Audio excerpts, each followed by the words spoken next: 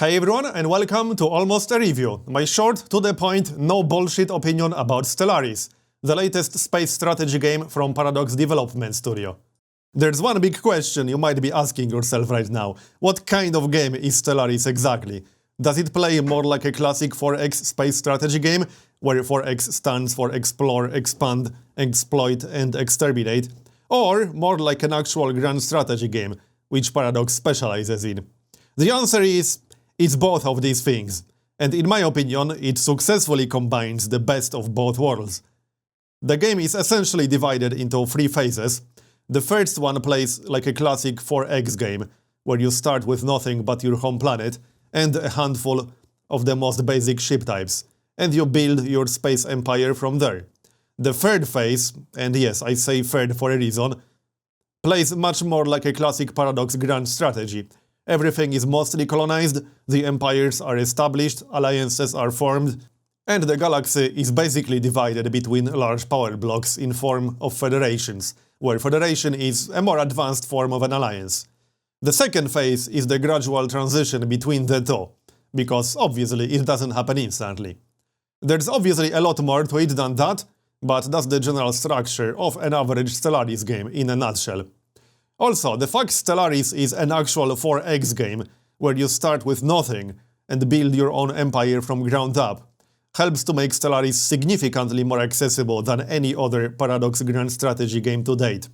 Because Stellaris is just as deep and complex as other Paradox games, such as Europa Universalis 4 or Crusader Kings 2. But since you start from nothing, it's much easier to learn new things and discover the depth of the game gradually as you build and expand your empire. There are a lot of neat mechanics and dependencies to discover as you play, and it's really satisfying to discover them too. Another important thing with these kinds of games is micromanagement. Even a medium galaxy has 600 stars, with each star usually having multiple planets around it. So you might be wondering, just how bad does micromanagement get in the late game, when you might be controlling, let's say, 100 or 200 systems? This is especially important since you get to directly manage the planet's surface, which is divided into various number of tiles, ranging from 910 to 25 plus, and you construct all kinds of buildings on these tiles, then assign your citizens to specific tiles with buildings on them. So as you might imagine, if you had to manage, let's say, 100 planets like that, it would get pretty bad and overwhelming. Fortunately, you don't have to do that. In fact, you're pretty much not allowed to do that, because you can't control too many planets directly. There is a limit past which you start getting fairly harsh stacking penalties. And the base limit is 5 planets. This can be increased through various means, such as government types or certain technologies. Once you take more planets than you can directly control, which will happen fairly early into the game, you can assign sectors with their own governors. And then every planet that's part of that sector will be managed automatically. You can set what the sector is going to be focused on and what percentage of their resources they're going to keep for further planet development.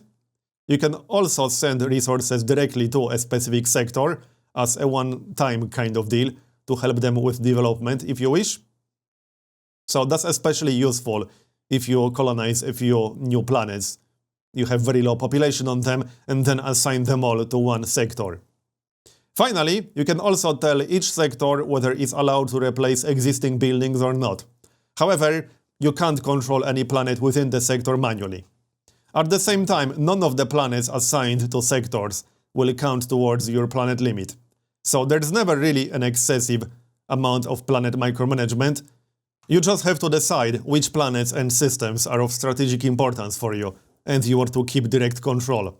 On the other hand, this can be considered a negative, because if you want to have an option of having direct control over most of your planets, not just 5, 7 or 10 of them, then you simply cannot have that in Stellaris. It's not possible. If your empire has 20, 30, 40 or 50 planets, you simply cannot have direct manual control over most of them. The game does have 2 victory conditions, which are conquest victory, which involves, you guessed it, conquering or subjugating all other empires, and domination victory, which involves owning 40% of all colonizable planets. This does mean that if pursuing specific victory conditions is really important for you, there's no real peaceful victory type in Stellaris. There's no purely diplomatic victory, where you might get elected to rule the galaxy or something similar, or a technological victory, where you might win by doing something that requires very advanced technologies. Now, there are two different points of view here, because classic grand strategy games do not generally have victory conditions. You make your own victory conditions. However, since victory conditions are more or less a standard in 4X games, and Stellaris did include them, it's a bit of a strange decision to not include victory conditions that would cater to all playstyles. Especially some sort of diplomatic victory, because Paradox games are generally well known for their diplomacy, and it's no different in Stellaris. Diplomacy is very well executed, so it's a little bit weird that there's no some kind of diplomatic victory. And one last thing in context of victory conditions that you should be aware of. According to Paradox themselves, the AI in Stellaris will not actively pursue victory conditions. Now, whether this is a positive or a negative or just neutral depends entirely on your own expectations and playstyle, but it's definitely something that you should be aware of. So there it is.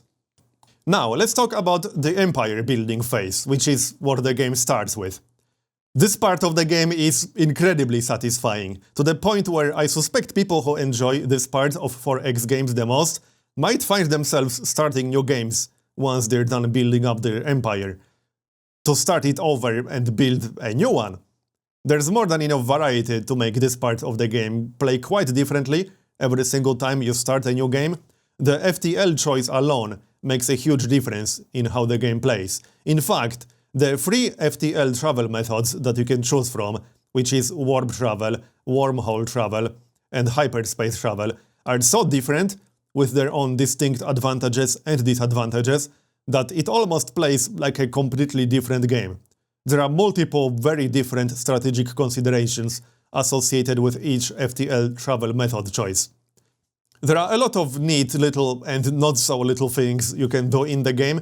So, for example, all ships that get destroyed in combat leave some debris behind, which you can analyze and then reverse engineer to research some of the technologies that specific ship might have been using, if you don't have these technologies yourself. This can be used not only as a catch-up mechanic. You can reverse engineer advanced technologies from so-called fallen empires, which is yet another mechanic Stellaris has. These are basically all the empires that you use to rule the galaxy, but have been reduced to just a few systems, for unknown reasons. They won't bother you if you don't bother them. They normally have a very strong fleet with very advanced technology, so you can't really touch them until later into the game, and you have to invest significant military resources in order to actually stand a chance against them. Speaking of technology, there are a few interesting twists to how research works in the game. The basic idea is that all techs are divided into three fields, which are physics, social, and engineering. When you pick what you're going to research next, you get a short semi-random list of techs to choose from. What's on the list depends on your current tech progress, and sometimes on some other factors. Some technologies are rare and aren't going to show up very often. There are also certain technologies flagged as dangerous, which means they can lead to unpleasant events and consequences. Sentient AI is an example of one such tech, but there are many. Another thing that's worth mentioning is that you can't really ever finish all the research, because once you run out of techs that actually unlock new things, you can keep working on all kinds of incremental passive bonuses. One thing I will say is that if you have a lot of research in a certain field, you might run out of interesting things to research and end up doing just the passive bonuses thing long before you get to the actual end of the game. Having said that, you can play one game for a pretty long time.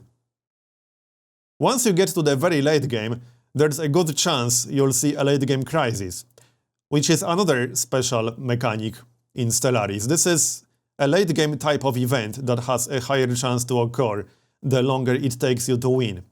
And as far as I can tell, these are usually really major in nature and can catch you completely off guard. which is great because it keeps you on your toes, and it can sometimes completely change the galaxy and change your entire strategy. It can escalate really quickly too, especially if it happens while you're fighting a large-scale war. And since we're talking about technology and war, there's one more thing that's a huge part of these kinds of games, which is combat, ship design, and war. You can manually design all your ships, and it's really well executed, actually.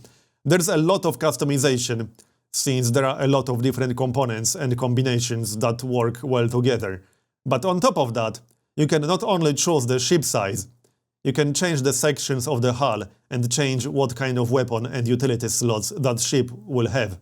So for example, if you take a battleship, you can turn it into a carrier type of thing by fitting it with huge size slots to use fighters and bombers in them, or you can fit it with mostly a few large powerful weapons, or with a lot of small and medium weapons. There are 4 different sizes for weapon and utility slots, which are small, medium, large, and huge. And many components only come in certain sizes. Weapons are typically small, medium, and large, but there are some weapons with additional utility that are only allowed in medium size, for example. There's a lot of ship customization, but at the same time, the interface for ship design is simple enough to not make it confusing and overwhelming. You can also use ship designs that will be automatically generated and updated every time you get a new tech, or you can use a combination of the two, which means some auto-generated designs and some that you created yourself manually. It's generally worth creating your own designs manually because you can better counter what the AI is doing, or you can just create flat-out better designs. Finally, you can also flag your own manual design to be automatically updated over time. As for combat, there is no tactical combat in the game. There's nothing you can do to directly control combat once it actually starts, other than retreating. You can watch your ships fight other ships, and with the right camera angle, it looks pretty good, but there's no real tactical combat of any kind in Stellaris, which will no doubt be disappointing to some of you. In the end, whether this is a bad thing or just a neutral thing depends entirely on personal preference. Another great thing about Stellaris, which I definitely wanted to mention because it really deserves a mention, is the soundtrack. The soundtrack is great and builds the mood really well. In fact, I'll just let you listen to some of it right now. So here it is.